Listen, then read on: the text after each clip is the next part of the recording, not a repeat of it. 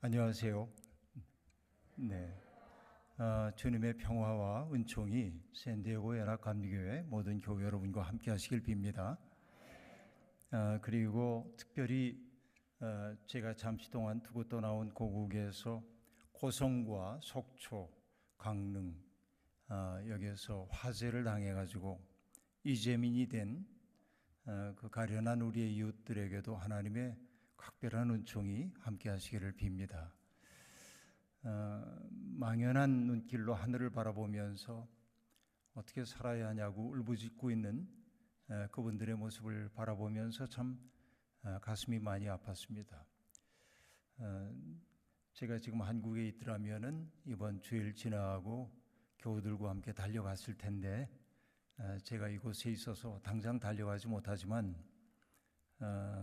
돌아가는 길에 이제 바로 우리 교회도 봉사의 손길을 가지고 그곳에 가야겠다는 생각을 지금 품고 있고 마음 아파하고 있습니다. 여러분, 제가 이곳에 수요일 날 와가지고 수요일과 목요일 그리고 오늘까지 여러 장로님들도 만나고 권사님들도 만나고 또 목사님과 동행하면서 이런저런 이야기를 많이 나누었습니다. 그러다 보니까 많은 분들이 미국으로 오신 지 뭐 40년 넘으신 분도 계시고 또 아주 적게 30년 이런 분들이 계셨습니다. 물론 이제 최근에 오신 분들도 이 자리에 계시겠지만 그래도 어쨌든 내가 사용하는 언어가 아닌 언어권에 들어온다고 하는 것은 참 힘겨운 일이 아닐 수가 없습니다. 그 고통스러웠던 시간들을 견뎌내고 오늘의 삶을 아름답게 일구신 여러분들을 보면서 그저 동지애적 느낌이 제게 많이 이렇게 듭니다. 그저 감사드릴 뿐입니다. 소설가 박완서 선생님 세상을 떠났습니다마는 그분의 책 가운데 한 말씀만 하소서라고 하는 책이 있습니다. 내용은 간단합니다. 너무나 자랑스러웠던 아들이 의사가 되었는데 특별히 의사 가운데서도 그 당시에 사람들에게 별로 인기가 없는 과의 의사가 되었습니다. 왜 그런 과를 택했니? 하고 물으니까 다른 사람들이 하기 싫어하기 때문에 제가 해요. 이렇게 말하는 착한 아들이었습니다. 그런데 그 아들이 갑자기 세상을 떠납니다. 이게 이제 박완서 선생님이 겪은 일이죠. 우리가 옛날에 그런 얘기 했잖아요. 부모가 돌아가시면은 청산에 묻지만 자식이 세상을 떠나면 가슴에 묻는다는데 그 참척의 고통을 견딜 수가 없어서 우리 박완서 선생님 많이 아파하고 했습니다. 이 박완서 선생님을 존경하고 또 아주 가까이 지냈던 분 가운데 하나가 여러분도 혹시 아실지 모릅니다만 이혜인 수녀라는 분이 계신데 그 이혜인 수녀님이 선생님 우리 수녀원에 내려오셔서 좀 쉬시는 게 어떠냐고 그래서 그곳에 가 있습니다. 그리고 때가 될 때마다 하나님 앞에 엎드려서 기도를 했습니다. 하나님 한 말씀만 해 주십시오. 왜 하필이면 내 자식입니까? 그렇게 이제 묻는 거예요. 누구나 그렇게 던질 수밖에 없는 질문이었겠죠. 그런데 어느 날 문득 그 아침 산책을 하다 보니까 수녀 한 분이 그 수녀원에서 모시고 있는 거동이 불편하신 노인들을 돌보는 그런 수녀들이 있는데 대소변을 가리지 못하는 분들을 돌봐드리는 수녀님들이 변기통을 들고 나오는 모습을 마주치게 됩니다. 그런데 이 박완서 선생님은 마음에 깊은 충격을 받습니다. 자기 부모도 아닌 어떻게 보면은 관계가 없다고도 얘기할 수 있는 분의 대소변을 받아 나오는 그 수녀들의 표정이 성스럽게 느껴졌어요. 그 미소 띤 얼굴하며 이것이 너무 성스럽게 느껴졌습니다. 그걸 보고 돌아서서 기도를 할 때 이런 생각이 들었습니다. 나는 지금까지 왜 하필이면 내게 이런 일이 벌어지게 하셨습니까? 라고 하나님을 원망했던 거죠. 그때 문득 찾아온 생각이 뭐냐면 왜 나는 이런 불행으로부터 예외여야 한다고 생각했는가? 그런 생각이 떠오릅니다. 이것이 이제 하나의 깨달음이었습니다.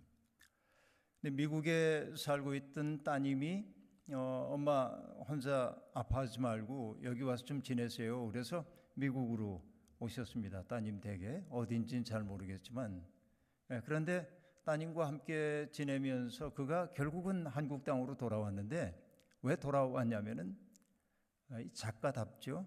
모국어에 대한 그리움 때문에. 모국어에 대한 그리움 때문에. 이 모국어라고 얘기하지만은 박완서 선생님에게는 모국어라기보단 모어지요. 내가 태어나서 처음 배운 언어가 모어. 내가 속한 나라의 말이 모국어라고 얘기한다면 모어 혹은 뭐 그분에게는 모국어에 대한 그리움. 그래서 비행기를 타고 한국으로 돌아가서 비행장에 내리는 순간부터 한글이 보이니까 마음이 안심이 되는 여러분 아마 여러분도 여기 오셨을 때 초창기에 바로 그런 느낌 속에 있지 않으셨을까 하는 생각을 해보는데요. 얼마나 여러분 많은 애를 쓰며 오늘까지 이루셨습니까? 네, 여러분 참 잘 사셨습니다. 근데 오늘부터 사흘 동안 저와 함께 해야 할 일은 내가 정말 잘 살았나? 이 점검을 좀 한번 해보자는 거예요. 약간 도전적인 이야기입니다. 왜냐하면 여러분 저는 전혀 몰랐어요. 샌디에고가 미국에 살고 있는 거의 모든 주의 사람들이 가장 살고 싶은 도시라고 하는 이야기를 버지니아 리치몬드에서 지난주에 들었습니다.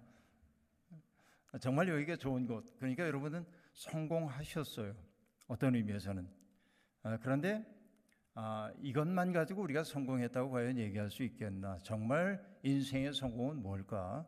이런 이야기를 한번 함께 나눠보려고 하는 것입니다.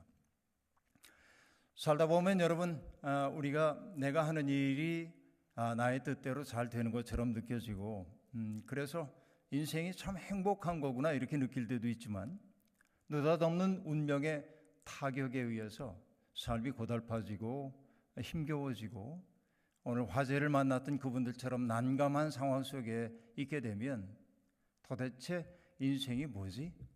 이런 생각이 들지 않을 수가 없는 것이죠. 살다 보면 그럴 수밖에 없습니다. 그리고 또 어떻게 생각해 보면 산다는 게 고단하기 이를 데 없습니다. 인간이 수수께끼 같은 존재입니다.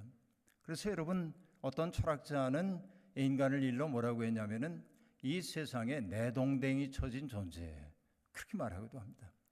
내가 누군가와 계약을 맺고 온 것도 아닌데 어머니 아버지하고 내가 계약 맺은 적이 없거든요. 아버지 제가 저를 이 세상에 태어나게 하시려면 적어도 저를 경제적으로 이 정도 뒷받침해 주셔야 됩니다. 이런 계약서를 쓴 적이 없어요. 여러분 쓰고 나오신 분 혹시 계세요? 나는 대한민국에 태어나고 싶어요. 이런 말 한 적이 없거든요. 그러니까 나는 내가 선택하지 않았는데 이 세상에 보냄을 받은 겁니다. 그러니까 그 자유, 세상에서 몸을 받아 산다고 하는 것이 행복하기도 하지만 행복하지 않다고 느낄 때가 많기 때문에 그 철학자는 인생을 이 세상에 내동댕이 쳐진 존재다 이렇게 쓸쓸하게 자기의 인생을 돌아보기도 했던 것입니다. 그러나 여러분 이것이 일반 세속적인 철학자의 얘기라고 한다면 우리 하나님을 믿는 사람들은 뭐라고 고백하냐면 전혀 다른 고백을 하고 있습니다. 세상에 내가 내동댕이 쳐진 존재가 아니라 하나님이 우리를 창조하셨다고 우리는 믿는다 그 얘기죠. 여러분도 그렇게 믿으시죠? 자, 여러분 제가 이렇게 질문을 할 때는 아멘 하셨으니까 그 다음부터 여러분 제가 하는 이야기를 귀담아 듣고 그렇게 살 수 있는지를 판단을 해보셔야 합니다. 한때 여러분 함석헌 선생님이라고 아시는지 모르겠습니다만은 그 함석헌 선생님에게 어떤 교회에서 선생님 오셔서 우리 교회에서 말씀을 좀 전해주세요 하고 말하자 함 선생님이 이렇게 응답을 했습니다. 내가 가서 어떻게 살라고 하면 그대로 살겠습니까? 묻자 그분들이 얼버무려서요. 글쎄 그저 오셔서 얘기를 해주세요. 그러니까 말하는 건 당신이지만은 내가 살 수 있는지 없는지는 한번 생각해 보겠다. 뭐 이런 얘기겠죠. 자, 여러분을 이 세상에 내신 분이 하나님이고 하나님이 세상의 창조자라는 사실을 여러분이 믿는다고 지금 고백했습니다. 맞아요? 네. 여러분, 많은 사람들이 창조에 대한 이야기를 하면 창조 신학과 또 진화론자들이 서로 경쟁해야 하는 것으로 생각을 하고 있습니다. 그러나 이것은 전혀 문법 구조가 다른 이야기이기 때문에 진화론자들과 더불어서 네가 옳으냐 내가 옳으냐고 싸울 이유가 하나도 없어요. 하나님이 우리를 창조하셨다는 그 말 속에 담겨있는 의미가 무엇인지를 우리가 생각해 봐야 할 텐데요. 여러분, 1세기에 그 로마의 철학자인 롱기누스라고 하는 사람은 숭고론이라고 하는 책을 쓴 적이 있는데 그 숭고론에서 얘기합니다. 인간이 숭고하다고 느끼는 때는 언제냐면 자기가 파악할 수 없는 압도적인 크기 앞에 섰을 때 인간은 숭고함을 느낀다. 이렇게 되어 있습니다. 숭고함을 느낄 때 인간답거든요. 여러분, 오늘 제가 이제 바닷가에 가봤습니다만 철썩철썩 치는 파도를 바라보면 특별히 여러분 망망대해를 바라보면 사람들이 어떠냐면은 처음에는 와, 이 파도 소리 좀 봐. 그리고 저 수평선 아득한 수평선을 바라보면서 좋다 그러는데 그 앞에 오래 있다 보면 누구나 다 말을 잇고 멍하니 바다를 바라봅니다. 여러분, 우리 교회는 지금 10년 동안 올해가 11년째인데요. 몽골에 나무를 심습니다. 사막화 방지를 위한 나무를 심고 있는데요. 몽골의 초원에 들어가 보면 불빛 한 점 없는 그곳에 맑은 날, 특별히 보름달이 아닌 초승달 뜨는 날 같은 날, 그날은 별이 이쪽 지평선에서 저쪽 지평선까지 쏟아질 듯, 그러면 모두가 뭐라고 와 하고 하늘을 바라보다가 몇 분 지나고나 아무도 말하지 않아요. 조용해. 여러분, 그런 경험들이 있으시죠?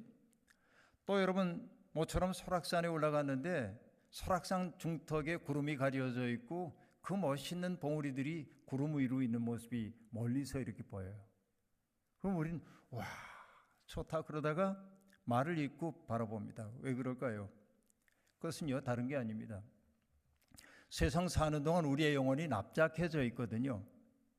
근데 바다를 바라보는 순간 뭐냐면 내가 잊고 있었던 넓음의 지평이 내게 확인된 거예요. 그 별 하늘을 바라보면서 내가 처음에는 야, 좋다 그러다 말을 잇는 까닭이 뭐냐면은 그 광대한 세계, 그 높음의 세계가 내게 떠올랐기 때문에 그렇습니다. 내 속에 있던 거거든요, 그런 것들이. 그리고 여러분, 설악산에 걸려 있었던 그 구름을 바라보면서 아름답다고 느꼈던 까닭은 뭐냐면 내가 잊어버리고 있었던 아름다움의 세계가 환기되었기 때문에 그렇습니다. 바로 이 순간이 뭐냐면은 인간이 숭고한 존재로 스스로를 드러내는 순간이라고 말할 수 있습니다.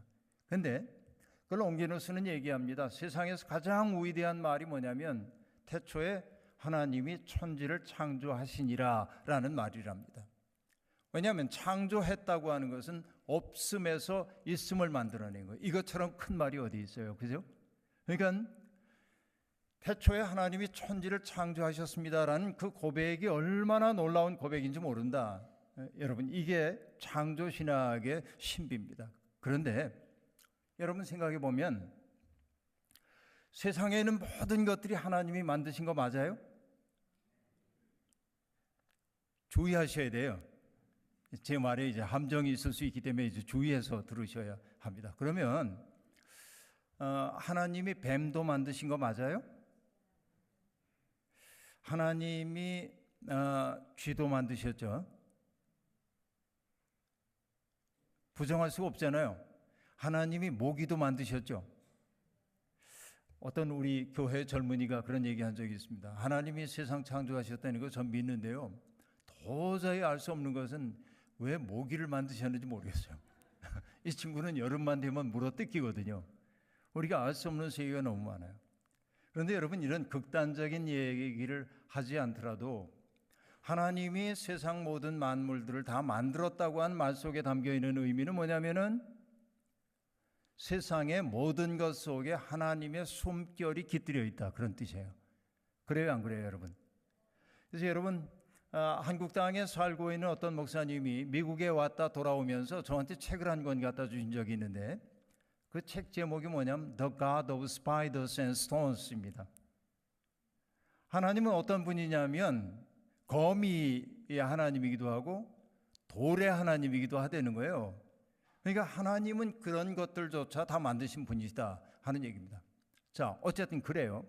그러면 여러분 또 묻습니다. 하나님이 우리를 창조하신 게 분명하다고 한다면 여러분이 사랑하는 사람도 하나님이 만드신 거 맞죠? 분명해요? 그러면 여러분께 묻습니다. 여러분을 괴롭히고 여러분에게 손해를 입히고 여러분을 비난하고 다니는 그 사람도 하나님이 만드셨어요? 그럼 어쩌죠? 미워 죽겠는데 그 사람도 하나님이 만드셨다고 우리가 정말로 믿는다고 한다면, 그렇죠? 나는 그 사람에 대해서 감정적으로 좋지가 않아요. 그 솔직하게 얘기하면 시편 기자의 얘기대로 얘기하면 저 사람 나한테 그렇게 해코지 했기 때문에 어떻게 됐으면 좋겠어. 그 마음이 여러분에게 있어요, 없어요? 여러분 굉장히 정직해야 돼. 그러니까 마치 없는 것처럼 그러면 안 돼요. 우리들 속에는 그런 요소들이 있단 말이에요. 우리가 시편을 읽는 까닭 가운데 하나가 뭐냐면 시편이 인간의 감정에 대해서 부정을 안 해요. 누군가를 미워하고 그 원수가 어떻게 불행한 일을 겪었으면 싶은 그 마음들이 우리 속에 있어요. 그러나 우리가 노출을 못하는 게 뭐냐면 예수님이 원수까지 사랑하라고 그러셔서 이게 마음으로는 미워 죽겠는데 밉다고 말도 못하고 그러니까 이게 쌓여요, 이렇게. 근데 여러분 지금 제 질문이 뭐였냐면 나를 칭찬하고 나를 잘한다고 박수쳐주고, 그렇죠? 내게 좋은 낯빛으로 대하는 사람을 하나님이 만드신 것이 분명한 것처럼 내게 손해를 입히고 나를 마음 아프게 하는 그 사람도 하나님이 만드신 것이 분명하다면 나는 그를 어떻게 대해야죠? 갑자기 심각해졌어요. 여러분 용서할 수 없는 사람이 있거든요. 제가 좋아하는 목사님이 한 번은 이제 그 70년대, 80년대 초에 이분이 생활 한복을 입고 다니셨어요. 근데 강연을 잘 하시는 분입니다. 근데 어느 날 이제 지방 대학에 강연을 갔는데 강연 끝나고 나니까 뭐 숙소도 별로 마땅치 않고 그러니까 여관 하나를 얻어서 오늘 목사님 여기 묵으십시오. 들어가는데 오래전입니다. 옛날에 여관에 가면 여러분 주전자에다가 물하고 여기 물수건하고 해서 이렇게 받쳐가지고 오거든요. 그 여관 주인 아주머니가 이렇게 오는 거예요. 방까지 지시지시 따라와요. 그러다가 이걸 내려놓고 나가지를 않고 서성서성 그러는 거예요. 안 나가세요? 그랬더니 그분이 이렇게 물었습니다. 실례지만 어느 산에 계십니까? 그렇게 도사님으로 보인 거예요. 어느 산에 계십니까? 그렇게 아니 나 산에 있지 않다고 그러니 그러시지 마시고 어느 산에 계신지 좀 얘기해 달라고. 그래서 도대체 왜 그러냐 그랬더니 내 인생이 왜 이 모양인지 좀 말씀 좀 해달라고 그러는 거예요. 이 목사님이 즉각 이렇게 얘기했어요. 그놈을 용서해. 다짜고짜. 그러자 그분이 이렇게 얘기하더래요. 그렇긴 못해. 그러고 가더래요. 여러분 어디가 꼬여 있는지 알 수 있잖아요. 근데 여러분 사람에겐 누구나 다 그놈이 있습니다. 세상에는. 우리 교회 이제 교사들이 제게 들려준 재미나는 얘기가 있습니다. 여름 성경학교 하려고 평화에 대한 주제였는데 아이들하고 함께 초등학교 5, 6학년 아이들하고 함께 평화가 무엇인지에 대한 이야기를 나눴어요. 근데 아이들이 평화란 뭐 밥을 같이 먹는 것, 평화란 뭐 어떤 것 뭐 다 얘기를 하는데 한 아이가 심각했어요. 그 아이는 누구냐면은 엄마가 한국 사람인데 아빠가 독일 사람이에요. 생긴 모양이 다르죠? 근데 한국의 초등학교를 다니다 보니까 스트레스가 많았던 것 같아요. 근데 얘가 이렇게 얘기를 한 겁니다. 평화란 뭐냐면, 예를 들어서 제 초등학교 이름 기억이 안 나는데 덕수초등학교라고 합시다.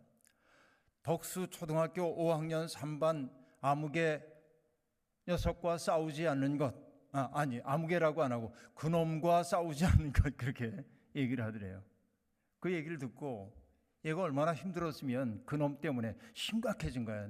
자기에게 평화가 없는 거야. 근데 그 얘기를 듣고 제가 생각했어요. 사람은 누구에게나 다 그놈이 있다. 용서할 수 없는, 내 마음에 맺혀 있는. 그런데 지금 어쩌죠? 우리가 고백했어요. 세상에는 하나님이 창조하지 않은 존재가 하나도 없다고 고백했어요. 그놈도 하나님이 창조하셨어요. 그러면 여러분, 하나님이 세상에 있는 모든 것들을 창조하셨다고 고백할 때 그 말 속에 담겨있는 의미는 하나님의 숨결이 다 있다는 얘기이기 때문에 하나님이 세상을 창조하셨다고 믿는 사람들에게 요구되는 삶의 태도는 뭐냐면 어떤 것도 함부로 할 수 없음이에요. 하나님이 만드신 것이 분명하다면, 그렇죠 여러분, 세상에 있는 모든 것들이 하나님이 만드신 것임이 분명하다고 한다면 우리는 세상에 있는 어떤 것도 함부로 대할 수가 없습니다. 이게 하나님을 창조주로 믿는다는 사람들에게 요구되고 있는 삶의 자세예요. 함부로 대하면 안 돼요.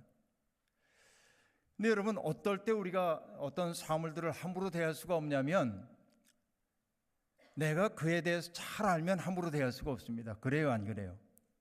모르는 사람일 때는 함부로 대할 수도 있는데 잘 알면 함부로 대할 수가 없어요. 여러분, 우리 교회 학교에 이제 저희 교회에 조그만 마당이 있고 마당 옆으로 꽃밭이 있습니다. 정말 조금입니다. 제 아내가 저기 앉아 있습니다만은 저희들이 뭐 글 쓰고 그러는 사람들의 모임이 살피꽃밭 그러는데, 살피꽃밭이라는 게 뭐냐면 아주 좁은 꽃밭, 이걸 살피꽃밭이라는 순수한 우리말로 그렇게 되어 있는데, 살피꽃밭에 꽃이 막 피어 있어요. 근데 많은 분들이 속상해하는 게 뭐냐면 어린이들이 꽃을 꺾고 밟고 막 이러는 거예요. 그래서 제가 이제 이렇게 보고 있으니까 아이들이 막 뛰어놀다가 꽃밭에 들어가서 밟고 가고 뭐 아무 의식이 없어요. 제가 한 아이를 불렀어요. 유치원 아이인데, 유치부 아이인데 불렀어요. 그러니까 여러분, 유치부 정도의 아이들도 이미 계급 관계를 잘 알고 있어요. 우리 교회 대빵이 나를 부른다. 긴장해가지고 이렇게 이제 제 앞으로 쭉 와요. 그래서 얘 손을 붙잡고 제가 정원으로 갔어요. 거기 꽃밭에. 그리고 그때 뭐가 피어 있었냐면 분꽃이 예쁘게 피어 있었습니다. 그리고 까만 열매가 맺혀 있었어요. 그래서 물었어요. 아무개야, 이 꽃 이름이 뭔지 알아? 그러니까 몰라요. 이 꽃이 분꽃이야. 알려줬어요. 그리고 그 까만 그 씨를 따가지고 얘 손바닥에 올려놨어요. 무슨 색이야? 까만색이요. 그걸 제가 손톱으로 눌러서 이렇게 해보니까 어때요? 그 안에 하얗잖아요, 그게. 그리고 비비면은 분가루 같은 게 나오잖아요. 이게 옛날에는 엄마들 분 바르는 것 같다고 그래서 분꽃이다? 알려줬어요. 그리고 제가 어딜 갔다 와 보니까 걔가 친구 하나 손을 붙잡고 정원에 와가지고 내가 한 걸 똑같이 하는 거야. 이거는 뭐고 이렇게. 나중에 보니까요, 일주일 만에 우리 유치부 아이들이 그 분꽃을 다 알게 됐어요. 그리고 아이들이 다시는 꽃을 안 꺾고 밟지도 않고.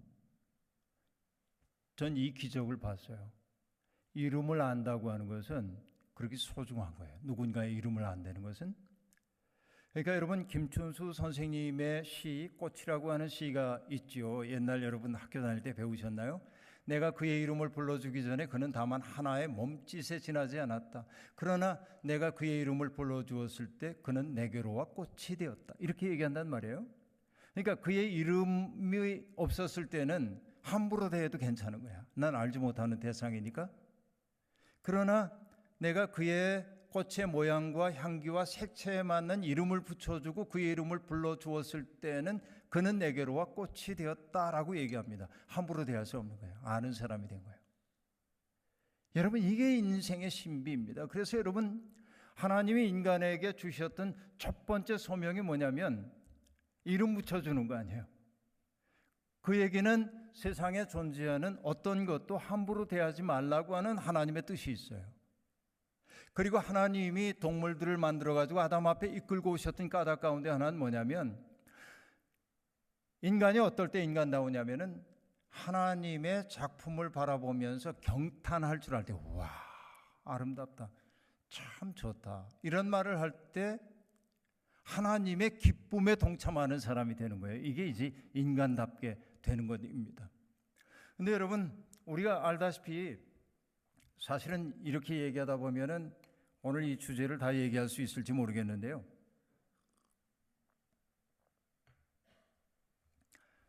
하나님이 이제 인간을 만들 때 하나님의 형상을 따라 만드셨다고 얘기하는데, 이 복잡한 신학적 주제 다 치워놓겠습니다.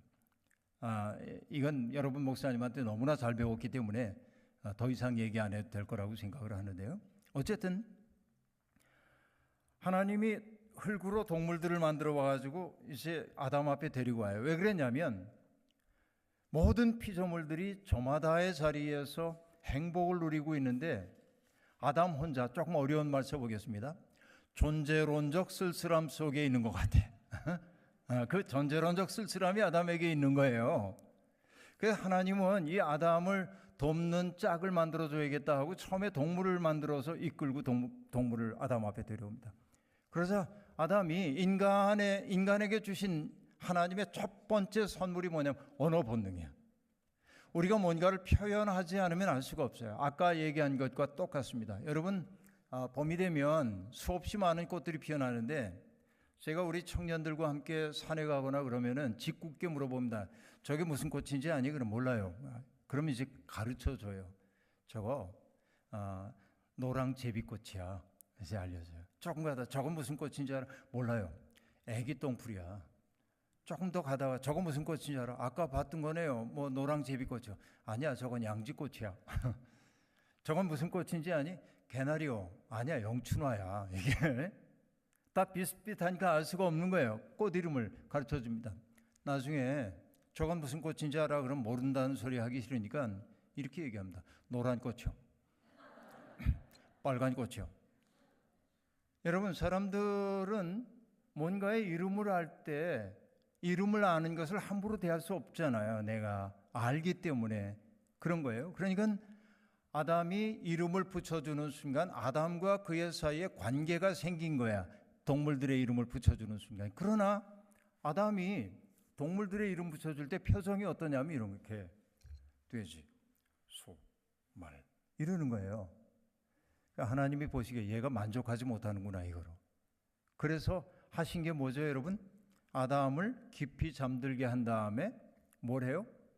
갈비뼈 하나를 뽑아서 하와를 만드십니다. 그죠? 네, 여러분, 세상에 못난 남자들이 이렇게 얘기합니다. 여자는 남자의 갈비뼈 하나로 만들었기 때문에 남자에게 종속된 존재야, 이렇게 말하는 사람들이 있어요. 오늘 이후에 그렇게 말하는 무식한 남자들을 보면 여러분 이렇게 대꾸해 주시길 바랍니다. 네, 적을 준비. 근데 여러분, 사실 메소포타미아 문명권에서 처음으로 등장했던 문명권이 아카드 문명, 수메르 문명인데요. 아카드어와 수메르어에서 갈비뼈는 어떤 뜻이냐면 절친한 친구, 생명을 나눈 사이라는 뜻이에요. 그러니까 아담의 갈비뼈를 뽑아가지고 하와를 만들었다고 하는 것은 메소포타미아 문명권의 영향을 받고 있었던 유대인들의 입장에서 뭐냐면은 종속된 존재로 만들었다는 것이 아니고 생명을 나눈 사이가 되게 했다라고 하는 뜻입니다. 그리고 여러분, 남성들이 자꾸 여성들을 무시하거든 이렇게 얘기하세요. 여보, 하나님이 아담을 만드실 때 뭐로 만드셨지? 그럼 흙이라고 하겠죠. 근데 하와를 만들 때 뭐로 만들었지? 뼈. 그래서 본차이나처럼 안 깨진 거예요. 여성들이 안 깨지는 까닭은 이것은 신학적 진술이 아닙니다. 김기성 목사가 와서 이게 신학적 진술이라고 얘기했다면 안 돼요. 농담하는 거예요. 근데 여하튼 여러분, 중요한 게 뭐냐면 하나님이 인간을 그 존재론적 쓸쓸함을 해소해 주기 위해서 하와를 만드셨다는 사실에 있습니다. 근데 생각해 보면 흙을 빚어 만들 수 있잖아요. 하나님이 아담도 흙 빚어 만들었는데 흙을 빚어 만들 수 있잖아요. 근데 왜 정교한 외과 수술이 필요한 갈비뼈를 적출해냈으며 이거 가지고 또 새로운 존재를 만들어요? 그 말 속에 담겨있는 깊은 의미가 있습니다. 그것은 뭐냐? 너 없이는 나도 없다예요. 이게 성경이 얘기하고 있는 인간론의 핵심이에요. 갈비뼈를 뽑아가지고 사람을 만들었다는 말 속에 담겨있는 의미는 너 없이는 나도 없다라고 하는 말입니다. 이 말이에요. 그래서 여러분, 저는 드라마를 보지 않습니다마는 옛날에 우리나라 드라마 가운데 이런 달달한 대사가 있었대요. 하지원한테 누가 해대는 것 같은데, 아프냐? 나도 아프다. 여러분, 아니 왜 이 사람이 아픈데 내가 아파요? 이유는 하나입니다. 사랑하기 때문에 그렇습니다. 그죠? 근데 여러분, 이 달달한 대사가 나중에 드라마에서 더 간질간질하게 변해요. 어떻게 변하냐면, 이 속에 너 있다. 그렇게. 그런 대사 들어보셨죠? 그러니까 아프냐? 나도 아프다. 이 속에 너 있다. 라고 하는 이 말을 성서적 버전으로 얘기하면 뭐냐면 이렇게 됩니다. 이제야 나타났구나 이 사람. 뼈도 나의 뼈, 살도 나의 살. 지아비에게서 남자에게서 나왔으니 여자라 하리라. 여러분 보세요. 이것이 놀라운 점입니다. 금방까지는 뭐냐면은 아담이 동물들의 이름을 붙여줄 때는 언어가 짧아요. 개, 돼지, 소, 말 이렇게 얘기해요. 그런데 자기 앞에 나타난 자기의 또 다른 분신인, 자기의 절친한 친구이고 생명을 나눈 사이인 인간이 자기 앞에 현존하여 섰을 때 인간이 만든 첫 번째 언어가 뭐냐면 사랑 고백의 언어예요. 여러분, 이런 고백 들어보신 적 있어요? 너는 내 뼈 중에 뼈요 살 중에 살이라. 여러분, 연애 시절에는 혹시 그랬는지 모르죠. 지금도 여전히 여러분 그렇게 고백하십니까? 저는 이실직고 하겠습니다. 절대 안 합니다. 제 아내가 저기 있으니까. 여러분, 정현정 선생이라는 시인이 계신데요. 그분의 시 가운데 비스듬히라는 시가 있어요. 이렇게 시작됩니다. 생명은 그래요. 어디 기대지 않으면 살아갈 수 있나요? 그리고 이렇게 얘기합니다. 공기에 기대고 서 있는 나무들 좀 보세요. 기가 막히죠? 우리는 여러분 나무가 서 있잖아요. 근데 시인다워요. 이 나무가 뭘 기대고 서 있냐면 공기를 기대고 서 있대요. 와, 이게 이제 시적 상상력이죠. 그리고 얘기합니다. 우리는 기대는 게 많은데 기대는 게 맑기도 하고 흐리기도 하니 우리 또한 맑기도 하고 흐리기도 해. 내가 뭘 기대냐에 따라서 맑아지기도 하고 흐려지기도 하는 거예요. 그래요. 비스듬히, 다른 비스듬히를 바치고 있는 이유 하고 말합니다. 그러니까 여러분, 우리는 누군가를 비스듬히 받쳐주고 사는 존재예요.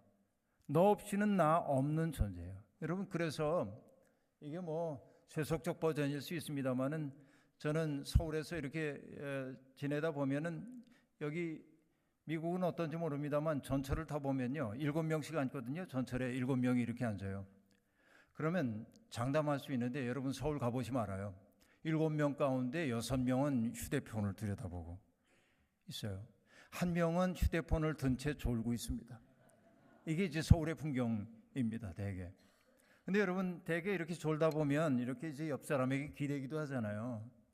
그러면 여러분 저는 어깨를 기대해 줍니다. 얼마나 고단하면 이러시고서. 그리고 그를 위해 기도해요. 화살기도.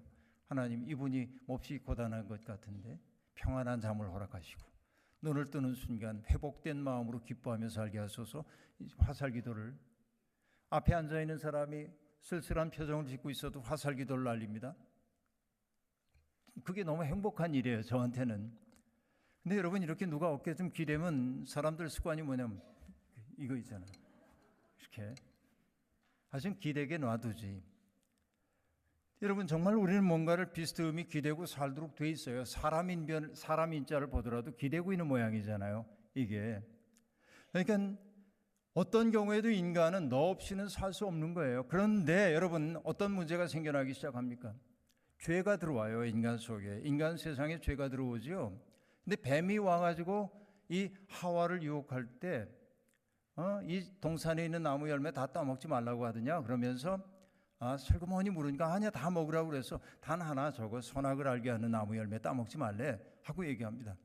그래서 여러분, 뱀이 이렇게 유혹했을 것 같아요. 아니야, 그건 하나님이 너희 속인 거야. 그랬더라면 하와는 방어 자세를 딱 갖추고 이게 날 유혹하는구나 그랬을 거예요. 근데 뱀이 그랬을 거예요. 아무 말도 왜 아니야, 더 궁금하잖아요. 자꾸 왜 하고 물어보니까 뱀이 마지못해 말하는 것처럼 말하는 거예요. 저 선악을 알게 하는 열매를 따먹으면 말이야, 너희의 눈이 밝아져서 너희가 신처럼 될 거야 하고 말합니다. You shall be as God 그러잖아요. You shall be as God 그래요. 여러분, 세상에서 우리가 겪는 모든 유혹의 근원은 내가 신처럼 될 것이다라고 하는 그 말이 근원이에요. 모든 유혹은 그 말의 변주입니다. 내가 어떤 영향력을 가지고 누군가를 지배하고 싶어하는 마음, 내가 어떤 영향력 있는 사람이 되어가지고 나의 의지를 누구에게 부과시키고 그가 내 말에 순종하는 모습을 보는 저열한 쾌락, 이것이 인간에게 근본적 유혹이라고 얘기할 수 있어요. 근데 어쨌든 하와가 그 나무를 바라보니까 보암직도 하고 먹음직도 하고 지혜롭게 할 만도 한 것 같았다, 그렇게 말합니다. 그리고 여러분, 그 선악을 알게 하는 열매를 따먹자 어떻게 됐어요? 눈이 밝아졌어요. 근데 눈이 밝아졌다고 하는 것은 시력이 1.0에서 2.0이 됐다는 얘기가 아니고 어떤 얘기예요? 눈이 밝아졌다는 얘기는 자기들이 벌거벗었다는 사실을 알게 되었다고 얘기하잖아요. 벌거벗은 것이 부끄러워서 나무로 부끄러운 데를 가렸다고 얘기하잖아요. 이게 뭘 얘기할까요? 죄가 세상에 들어오기 전에는 사람들이 서로를 자연 그대로 대했어요. 전혀 꺼림칙이 없었어요. 꺼림칙하지 않아요. 근데 죄가 들어오는 순간 뭐냐면 내 밖에 있는 타자를 의식하기 시작한 거예요. 그러니까 타자를 의식했단 말은 뭐냐면 그의 눈앞에 숨길 것이 내게 생기기 시작한 거예요. 이게 죄의 시작입니다. 그러니까 여러분, 부끄럽기 때문에 서로 부끄러운 데를 가려, 이게 이제 죄의 시작이에요. 그런데 여러분, 이 얘기 더 진행하기 전에 얘기합시다. 성경이 이렇게 얘기합니다. 날이 서늘해졌을 때 저녁 무렵에 하나님이 동산을 거니시는 것 같은 소리가 들려옵니다. 그러자 아담과 하와가 나무 뒤에 몸을 숨겨요. 그때 하나님의 질문이, 아담과 하와를 향한 질문이 던져집니다. 이게 인간에게 던진 하나님의 첫 번째 질문입니다. 그 이전에는 하나님이 인간에게 말을 건네지 않으셨어요. 근데 인간에게 질문을 던져요. 그 질문의 내용은 뭐였죠? 다 아시는 바와 마찬가지예요. 뭐예요? 아담아, 내가 어디 있느냐 하는 거예요. 그러면 여러분, 하나님이 아담이 어디에 있는지를 아셔요, 모르셔요? 당연히 알죠. 아담, 내가 있는 좌표 평면이 어디야? GPS가 작동이 되지 않아서 그래, 이 얘기 아니잖아요 지금. 그러면 아담아, 내가 어디에 있느냐라고 하는 질문에 담겨있는 속뜻은 뭐예요? 아담아, 내가 마땅히 있어야 할 곳에 있지 않구나라는 말일 겁니다. 그죠? 그러면 아담이 마땅히 있어야 할 곳은 또 어디예요?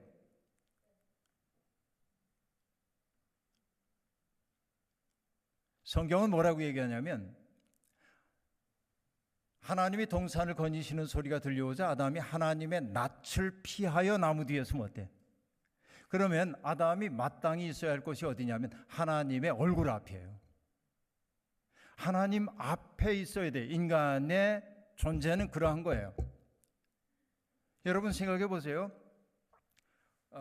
청춘 남녀들이 사랑을 합니다. 그러면 여러분, 사랑하는 사람들은 처음에는 여러분 어때요? 처음 만났을 때부터 아주 가까이 가기는 어려우니까 처음 만났을 땐 적당한 거리를 두고 하지만 점점 마음이 끌리면 어떻게 돼요? 둘 사이의 간격이 조금씩 줄어들다가 여러분, 여기에 계신 어르신들 옛날 데이트할 때 차마 손은 잡진 못하겠고 그러나 이 떨리긴 하고, 그래서 같이 가까이 걷다가 손등이라도 찔 것 같으면은 전기가 주르르. 요즘 젊은이들은 알 수 없는 그 세계가 있어요. 그게. 그래요, 안 그래요? 우린 그러지 않았다 바로 덥석 잡았다 이렇게 하는 사람도 있는지 모르겠습니다만 그런 거 있잖아요. 전기가 주르르 흐르고. 그러다 또 한 번 쉬는데 너무 눈치 보일까? 그러고 고민하고 이제 그러다가 여러분 나중에 손도 잡고 나중에는 허리에도 손이 가고 그러잖아요. 그러니까 사랑이라고 하는 것은 뭐냐면은 attraction이잖아요. 매력 있는 거죠. 잡아당기는 힘이에요. 이 신학적 진술입니다. 사랑은 마주보게 하고 잡아당기는 힘이에요. 그런데 그 사랑에 문제가 생겼을 때는 뭐가 발생하냐면, 이거 사회학적 용어로 얘기합시다. 소외가 발생해요. 소외, 밀어내는 힘이 발생해요. 그래서 여러분, 사랑했던 사람은 마주보고 있지만 둘 사이에 관계가 어려우면 마주보지 않습니다. 어떻게? 등돌림의 관계가 시작돼요. 등을 돌려. 마주보지 않는 거예요. 등돌림이 결국 뭐예요? 밀어내는 거죠. 서로를 전제로 밀어내요. 죄는 멀어지게 하는 힘이고 사랑은 가까워지게 하는 힘이에요. 인간을 구원한다고 하는 것은 멀어지게 하는 힘이 구원하는 게 아니죠. 가까워지게 하는 힘이 구원하는 거예요. 근데 여러분, 아담아 네가 어디 있느냐라고 얘기했던 까닭은 뭐냐면, 죄가 인간 속에 들어오게 되자 하나님으로부터 인간이 등 돌린 관계가 된 거예요. 그렇죠? 그리고 여러분, 하나님과 등 돌린 관계가 되자 두 번째 등 돌림이 발생하는데, 그게 뭐냐면, 너 왜 그거 먹었어? 하나님이 묻자 아담이 뭐라고 얘기합니까? 당신이 내게 주어 함께 살라 하신 여자가 줌으로 먹었나이다, 이렇게 얘기합니다. 이 말을 했던 남자가 누구냐면, 이제야 나타났구나 이 사람. 뼈도 나의 뼈, 살도 나의 살, 남자에게서 나왔으니 여자라 하리라 라고 얘기했던 그 남자입니다. 여러분, 그 말을 듣는 존재는 어때요? 그 말을 듣는 순간 얼마나 깊은 사랑의 관계 속에 있어요. 그러나 그 입에서 나오는 얘기, 당신이 내게 주어 함께 살라 하신 그 여자가 줌으로 내가 먹었나이다. 남자답지 못해. 책임져야잖아요. 이게 뭐냐면은 등돌림의 관계가 발생한 거예요. 이들 사이에. 이것을 여러분 사회학적 용어로 소외라고 얘기하고 신학적 용어로 얘기하면 타락이라고 얘기해요. 하나님과 마주봄의 관계를 유지하지 못하고 내 사랑하는 존재, 비스듬히 기댄 채 함께 살라고 주신 그 존재들과 마주보며 살지 못하는 그것을 신학적으로는 타락이라고 얘기한다. 어떤 사람이 윤리적으로 못된 일을 하는 게 아니라 타자를 있는 그대로 내 삶 속에 수용하지 못하고 밀어내려고 하는 이 인간의 죄성, 이게 바로 타락이라고 얘기한다, 그 얘기죠. 그때 하나님이 하셨던 일이 뭐냐면은 아담과 하와를 동산 바깥으로 내쫓아냅니다. 그렇죠. 그래서 여러분,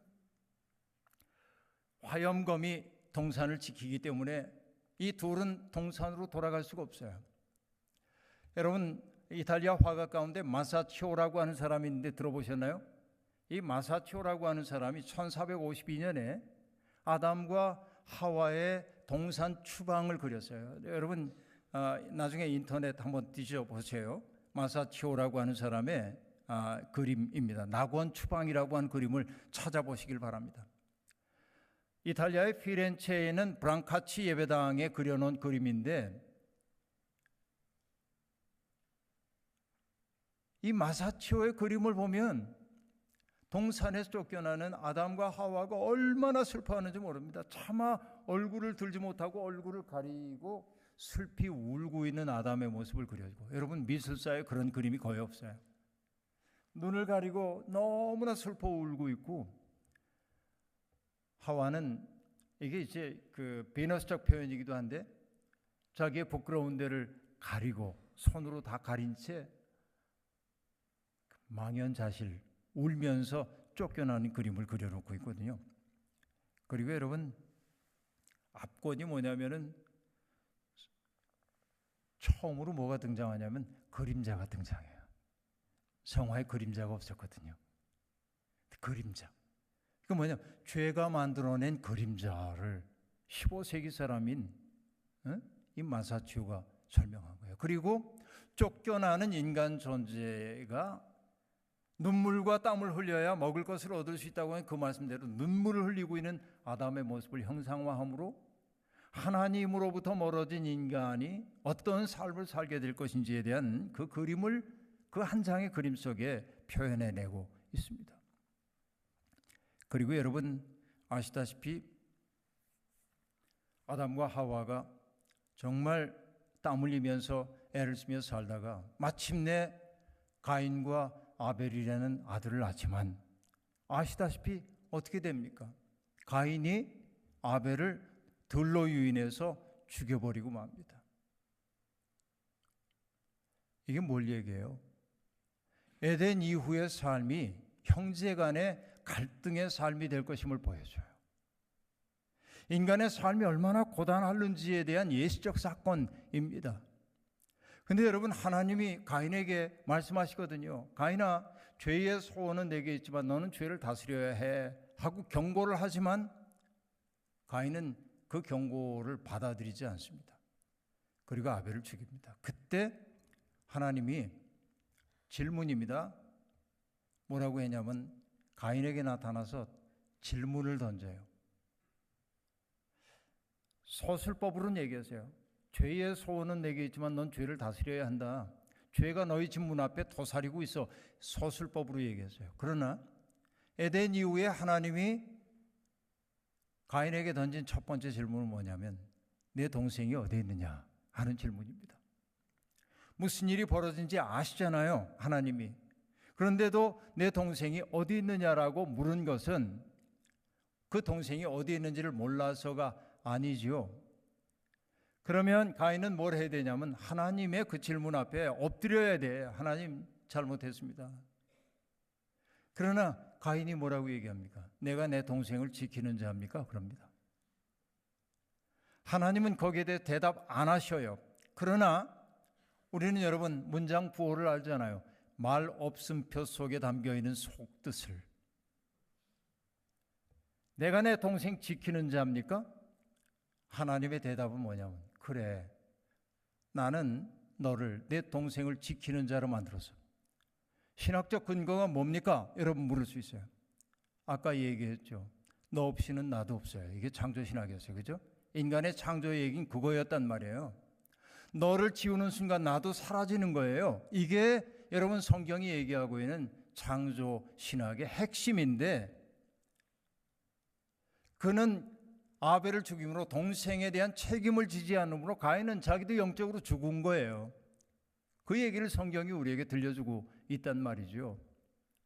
그러나 여러분 이 대목에서 우리가 알아야 될 것은 뭐냐면 인간은 에덴 동산 안에서 인간에게 던져진 첫 번째 질문과 에덴 동산 이후에 주어져 있는 첫 번째 질문에 대해서 창조적으로 응답할 때 인간이 된다, 그런 얘기예요.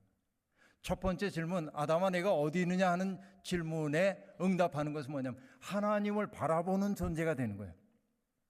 다시 말하면 여기 우리 이성현 목사님이 계십니다만 내가 하나님 안에 있다고 하는 말은 뭐냐면 이성현 목사님을 바라보면서 뭐 잘생겼네 못생겼네 이렇게 따지지 않고 지성적으로 생겼네 아니네 뭐 이렇게 따지는 게 아니고 하나님의 눈을 통해 그를 바라보는 거예요.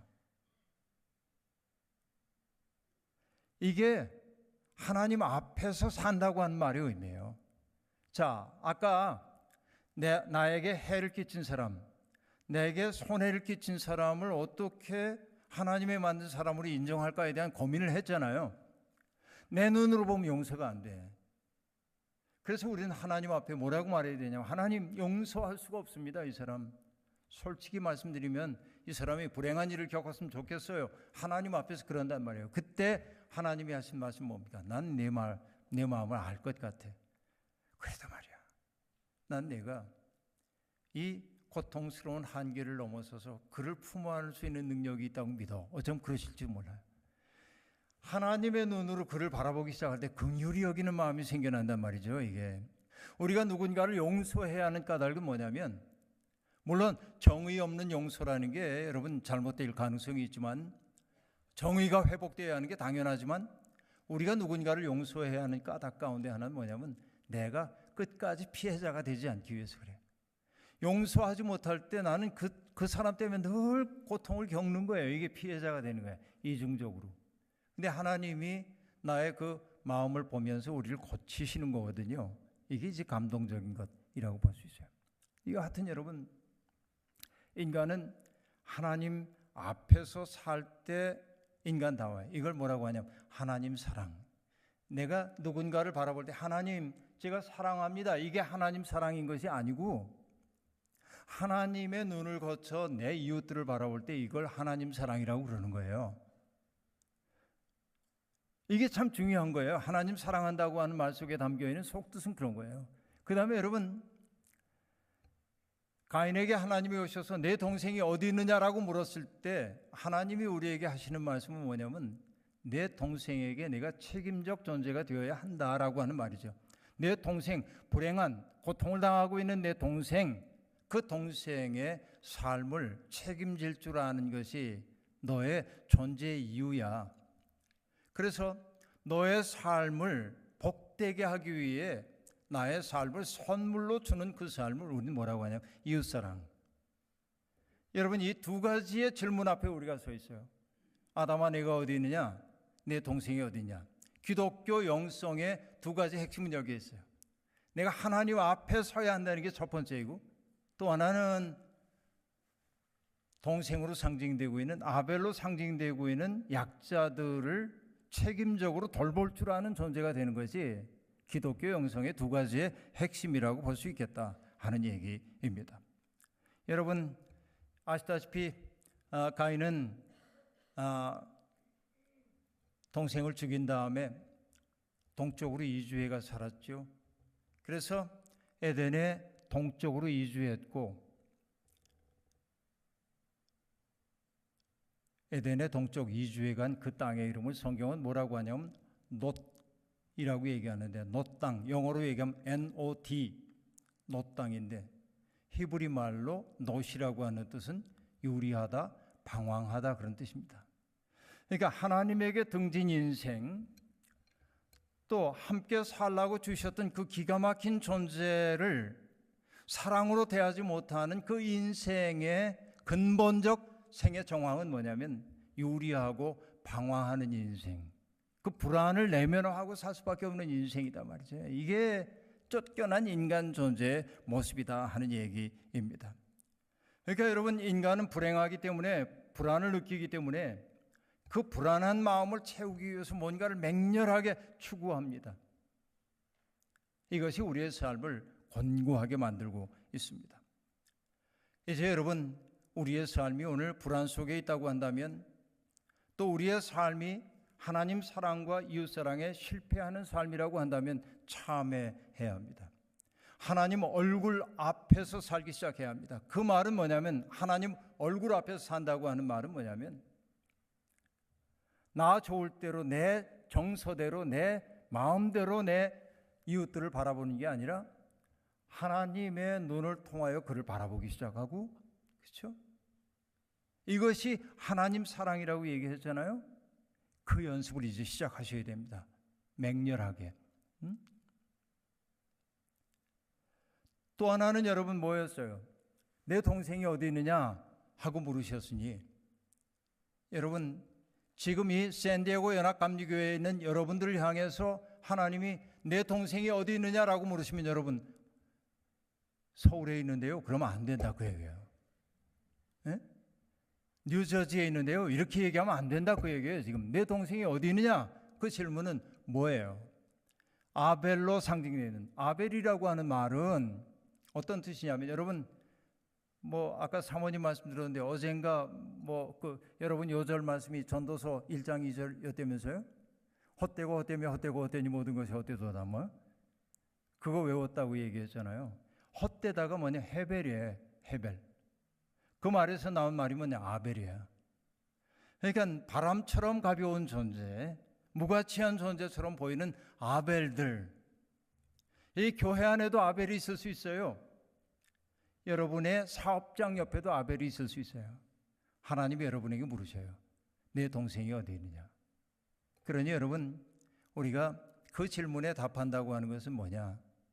나와 무관해 보이는 사람이지만 아파하는 사람이 있으면 그 사람에게 나를 선물로 줄 수 있는, 그에게 따뜻한 미소 하나라도 보내줄 수 있는 삶을 연습해야 우리는 하나님께로 돌아가는 길을 찾을 수 있는 존재가 될 거다 하는 얘기입니다. 여러분 어떻습니까? 여러분 하나님의 형상 맞습니까? 하나님의 형상이란 아까 신학적 논의 안 하겠다고 얘기했어요. 그러나 이렇게만 얘기해 보십시다. 하나님을 보신 적이 있나요, 여러분? 기도하다 하나님 보신 분 계세요? 만약에 보셨다고 여러분 생각이 드신다면 병원 예약을 하셔야 합니다. 안과 말고 신경정신과. 하나님 볼 수가 없죠. 근데 여러분 살다 보면 하나님을 본 듯한 느낌이 들 때가 있어요. 하나님 감사합니다. 그죠? 어떨 때일까요? 저는 이럴 때예요. 이렇게 얘기할게요. 단적으로. 야복강에서 야곱이 정말 두려워하면서 기도하다가 하나님의 사자와 죽을 힘을 다해 씨름하고 환도뼈가 부러진 고통을 겪고 나를 축복하지 않으면 놓아드리지 않겠습니다. 그래서 내 이름이 뭐냐? 야곱입니다. 발뒤꿈치 잡는 자. 이제부터 내 이름을 야곱이라고 하지 말아라. 이스라엘이라고 해라. 여호와와 겨루어 이긴 자. 그래서 이제 그 축복을 받고 야곱이 절름거리면서 갑니다. 근데 저쪽에서 에서가 오는 거예요. 사병들을 거느리고. 두려워요. 그러나 야곱은 이미 그 밤에 죽었어요. 옛사람 야곱은, 남의 발목 잡던 야곱은 죽은 거 아니에요. 이미 하나님에게 복을 달라고 내 힘으로 살아갈 수 없는 존재라고 붙들었던 그 이스라엘이 살아난 거죠. 그리고 이제 형 앞에 엎드리면서 나갑니다.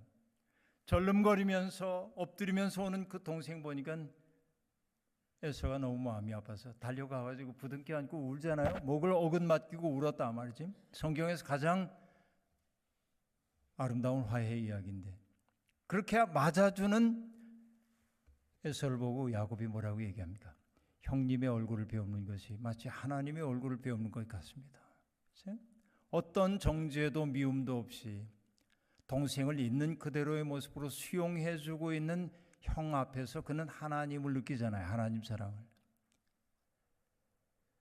그러니까 여러분, 우리가 해야 하는 일은 뭐냐면 누군가에게 그렇게 하나님의 현존을 느끼게 하는 존재가 돼야 돼. 그게 뭐냐면 하나님의 형상이라고 한 말 속에 담겨있는 우리의 신학적 도전이에요. 여러분, 저는 샌디에고 연합감리교회 모든 분들의 얼굴이 누군가에게 하나님의 얼굴처럼 나타나기를 바랍니다.